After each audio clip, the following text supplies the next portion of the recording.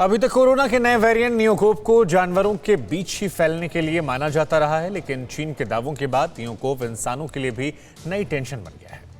चीन के दावों के मुताबिक इस नए कोरोना वायरस के इंसान तक पहुंचने के लिए सिर्फ एक म्यूटेशन की जरूरत है।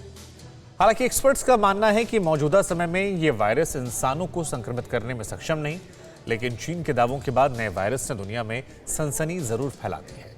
हम आपको हमारी अगली रिपोर्ट दिखाते हैं।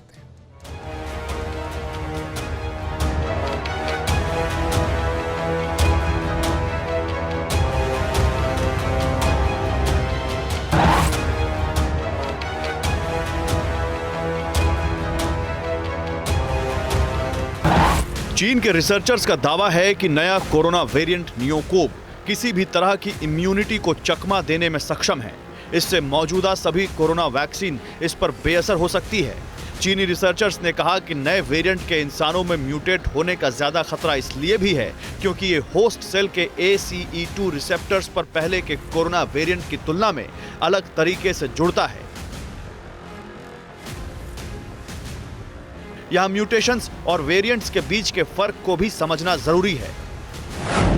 म्यूटेशन का मतलब है वायरस की मूल जीनोमिक संरचना में होने वाला बदलाव। ये बदलाव ही वायरस को नया स्वरूप देता है, जिसे वेरिएंट कहते हैं।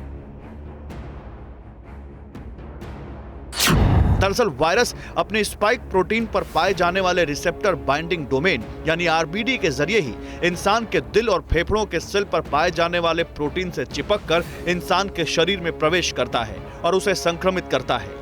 इसका नतीजा ये हो सकता है कि किसी शख्स में बनने वाली एंटीबॉडीज या पहले के संक्रमण या वैक्सीनेशन से पैदा हुई इम्यूनिटी नियोकोव के खिलाफ कोई सुरक्षा शायद न दे पाए। लेकिन जब तक पूरी रिसर्च ना हो जाए, नियोकोव के बारे में चीनी दावे पर यकीन करना संभव नहीं है।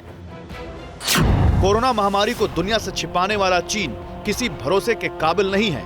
वहां के साइंटिस्ट वहां की फरेबी सरकार के इशारों पर ही नई नई सनसनी फैलाते हैं। इसलिए भारत सरकार और WHO की तरफ से नियोकोव वेरिएंट पर मुकम्मल बयान का अभी इंतजार है। WHO समय समय पर समीक्षा कर वेरिएंट्स को इंटरेस्ट और कंसर्न की कैटेगरी से जोड़ता घटाता रहता है। किसी वेरिएंट की कैटेगरी बदलने से पहले टेक्निकल एडवाइजरी ग्रुप उसका डिटेल्ड एनालिसिस करता है। ग्रुप की सिफारिशों के बाद ही वेरिएंट की कैटेगरी को बदलने का फैसला लिया जाता है। जो नियोकोव की बात करी जा रही है वो कोई नया वेरिएंट नहीं है कोरोना वायरस का। वो सिर्फ जानवरों में पाया जाता है, जिसकी रिसेम्बलेंस मर्स कोरोना वायरस से होती है, यानी कि middle east respiratory syndrome corona virus, जो पहले मिडिल ईस्ट रीजन में थोड़ा सा ज्यादा घातक हो गया था। लेकिन ये वो वायरस नहीं है, ये सिर्फ जानवरों में पाया जाता है। नियोकोव वायरस के दावे से पहले ओमिक्रॉन के नए सब वेरिएंट BA.2 के भी तेजी से फैलने की खबरें दुनिया भर की टेंशन बढ़ा चुकी हैं। नए सब वेरिएंट BA.2 को स्टेल्थ ओमिक्रॉन या छिपा हुआ ओमिक्रॉन कहा जा रहा है। कहा जा रहा है कि पूरी दुनिया अभी भी कोरोना के कहर और नई लहर से जूझ रही है। उसके पीछे छिपा हुआ ओमिक्रॉन ही जिम्मेदार है। कहा जा रहा है कि नई लहर कोरोना के ओमिक्रॉन और उसके सब वेरिएंट BA.2 की वजह से आई है। भारत समेत कई देशों में BA.2 के कई मामले सामने आ रहे हैं। दुनिया के करीब 40 देशों में इसकी पुष्टि हो चुकी है। माना जा रहा है कि यह वेरिएंट बहुत तेजी से दुनिया के बाकी देशों में भी फैल सकता है। ओमिक्रॉन के सब वेरिएंट से इसलिए भी ज्यादा खतरा है क्योंकि RT-PCR टेस्ट भी इसे पकड़ नहीं पा रहा है। हालांकि ओमिक्रॉन और इसके सब वेरिएंट BA.2 में मौत की दर काफी कम है। दुनिया में बीते 24 घंटों में 34,10,000 नए कोरोना संक्रमित मिले हैं, जबकि दुनिया में 10,329 लोगों की मौत हुई है। नए संक्रमितों के मामले में अमेरिका 5,22,000 केस के साथ पहले नंबर पर है। वहीं 3,53,000 नए केस के साथ फ्रांस दूसरे नंबर पर। ब्राजील करीब 2.5 लाख मरीजों के साथ तीसरे नंबर पर है। संक्रमण में एक दिन में सबसे ज्यादा 2,732 मौतें अमेरिका में हुई हैं। अमेरिका में ओमिक्रॉन की वजह से होने वाली रोजाना मौतों का आंकड़ा डेल्टा लहर के मुकाबले तेजी से बढ़ रहा है। यहां रोजाना होने वाली मौतों के साप्ताहिक औसत में नवंबर से ही बढ़ोतरी देखी जा रही है।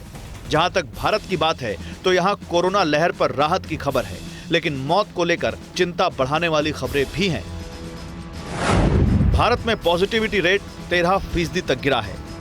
24 घंटे में 2,35,000 नए मामले आए हैं, लेकिन 24 घंटों में भारत में 870 मौत हुई है। मौत का यह आंकड़ा पिछले दिनों से ज्यादा है। चिंता बढ़ाने वाली बात यह भी है कि चीन की तरह डेनमार्क के शोधकर्ताओं ने भी दावा किया है कि नए वेरिएंट नियोकोव की वजह से महामारी के 2 अलग अलग पीक आ सकते हैं।